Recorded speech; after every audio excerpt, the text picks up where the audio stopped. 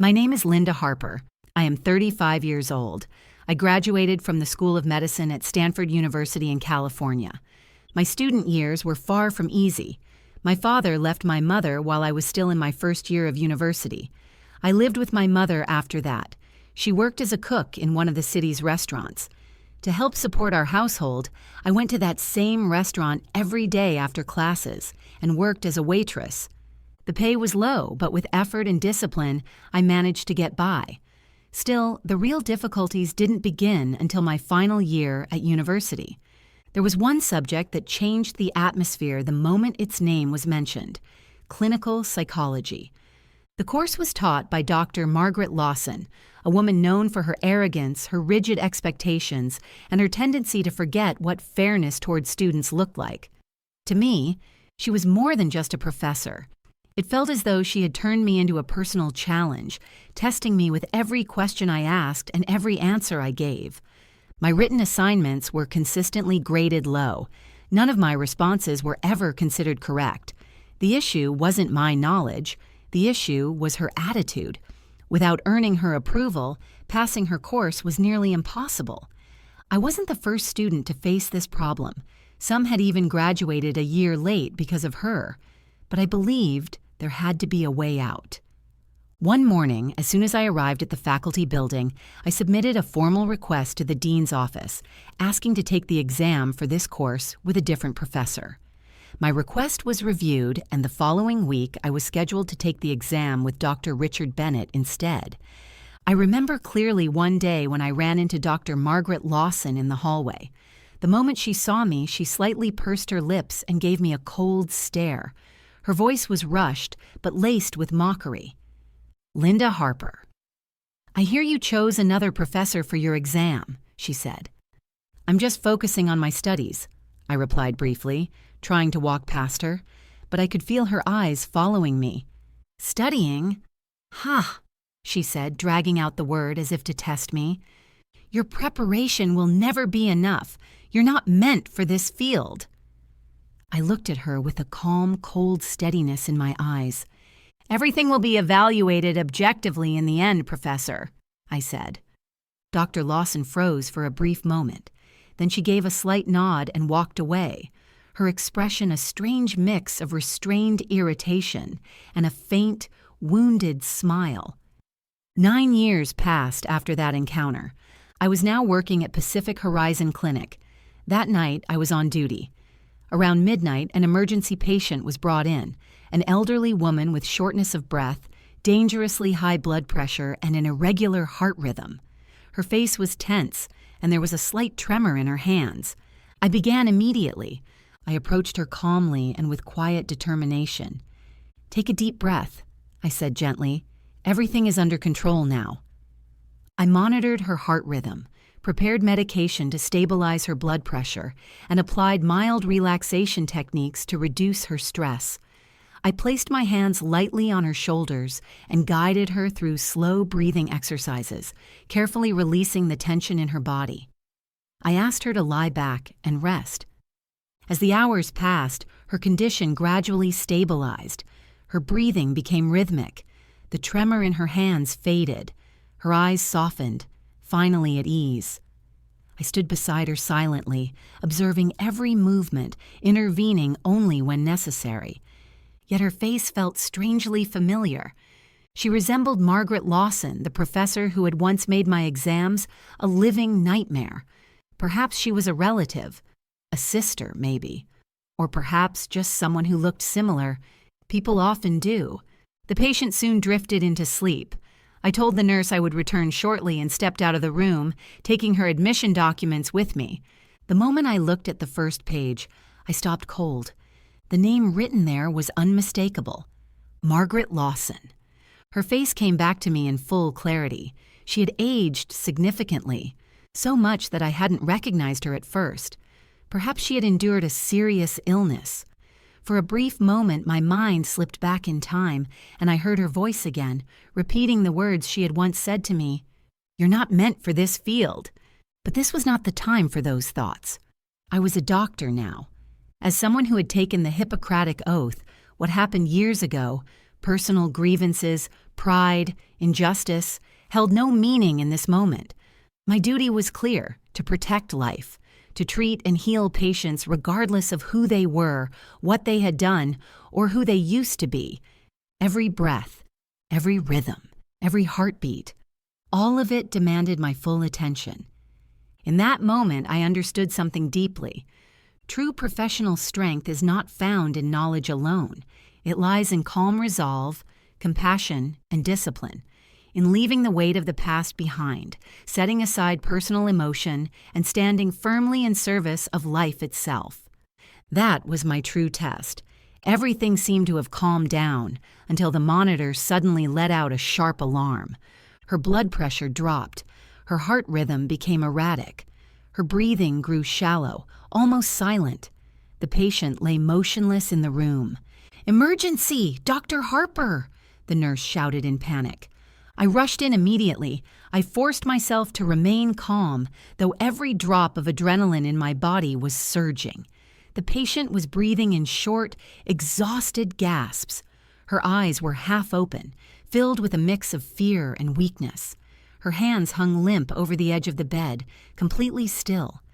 The air in the room felt heavy. Every breath made the urgency clearer. Every second mattered.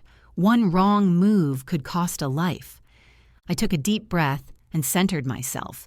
Now everything depended on me. I quickly applied the oxygen mask and worked to restore her breathing rhythm. I watched the monitor closely, prepared intravenous fluids, and administered the necessary medications to stabilize her blood pressure. Every second was critical. I gently placed my hands on her shoulders and arms again, guiding her through relaxation techniques. I spoke slowly, steadily, using calm, controlled words to pull her away from panic. The struggle lasted nearly an hour. Gradually, the monitor's signals began to stabilize. Her heart rhythm returned to normal. Oxygen levels rose. Her breathing softened and became steady again. I exhaled deeply and turned off the monitor. Silence filled the room. There was gratitude and relief in her eyes, though no words came. Inside me, a strange calm settled in. I had saved her. Everything was quiet again, and I knew this outcome had been possible only because of my knowledge, patience, and resolve. I leaned toward her gently. "Stay calm. Everything is under control," I said. She looked at me with eyes full of hope. 3 days passed. Each day I came to work. I checked on Margaret Lawson, asking about her condition. She tried to smile through her weakness, her eyes filled with gratitude, speaking slowly, carefully. "If everything continues to look this good, we'll discharge you tomorrow," I told her. She nodded. "Yes, I'd really like that," she replied. The next morning, the first thing I did, as always, was visit my patient. I entered the room. Dr. Margaret Lawson was sitting upright in her bed, clearly waiting for me. In her hands were her prescriptions and discharge papers.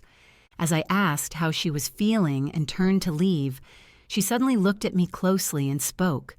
Her voice trembled, but her words were precise and cautious. "I was reviewing these documents earlier," she said. "The doctor's name here. Your name. It feels familiar."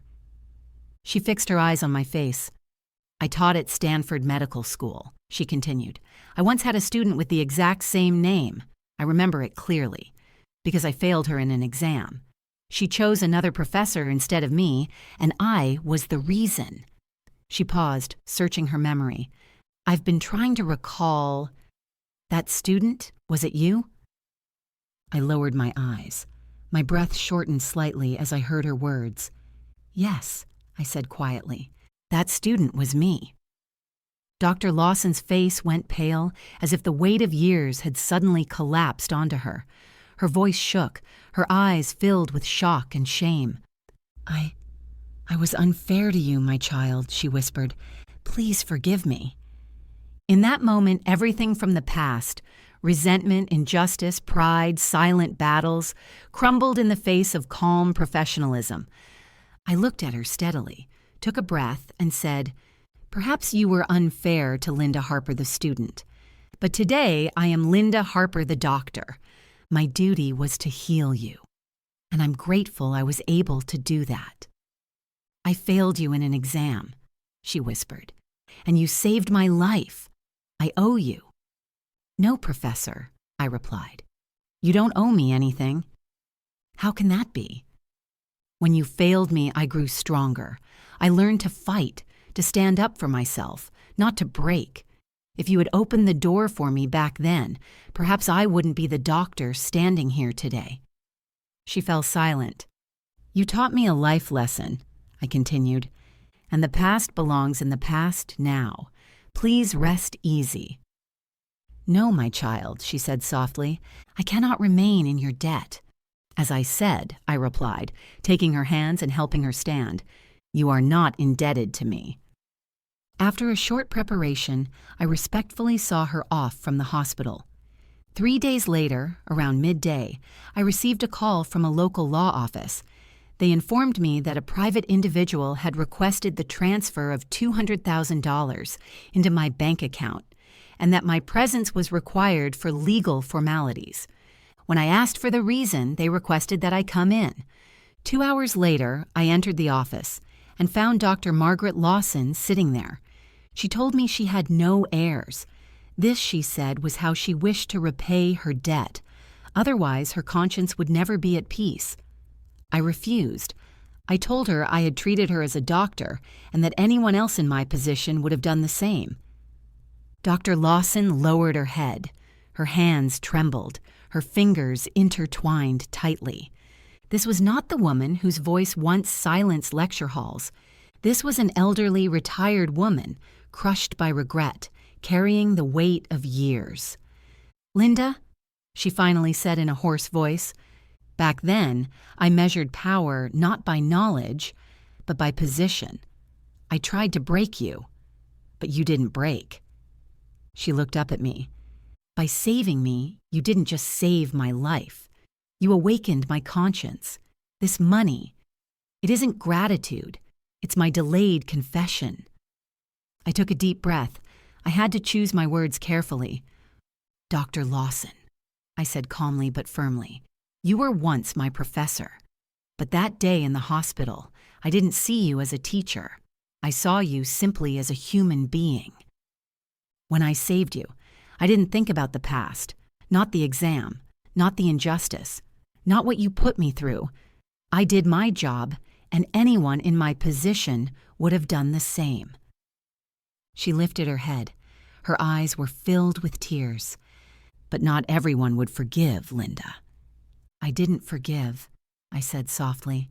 I simply chose to leave the past behind. The lawyer watched us closely. It felt as though this room held more than a legal discussion. It was the closing of an account that had been left open between two people for years. I can't accept this money, I continued. If you want peace of conscience, direct it elsewhere, to students who can't afford an education, to young people without opportunity. Perhaps then, the opposite of the wrong decisions you once made will finally take place. Dr. Lawson's lips trembled as she nodded. I will do that, she whispered. I promise. As I left the room, I felt an unexpected lightness. Sometimes life doesn't bring relief through revenge, but through quiet justice, finding its place. That day, I understood something clearly. What elevates a person isn't success alone. It's not carrying the weight of the past, but having the strength to let it go. From that moment on, I continued my profession and my life path with even greater confidence. Leaving the burden of the past behind, judging people not through injustice but through compassion, these choices gave me strength, both as a doctor and as a human being. Life is not always easy, but when we choose integrity, compassion, and patience, even the hardest trials shape us into stronger people. If stories like this inspire you, if you want to explore life's lessons together, subscribe to my channel, like the video, and share your own stories in the comments. Because perhaps the hardships in your past may one day become a lesson that changes someone else's life.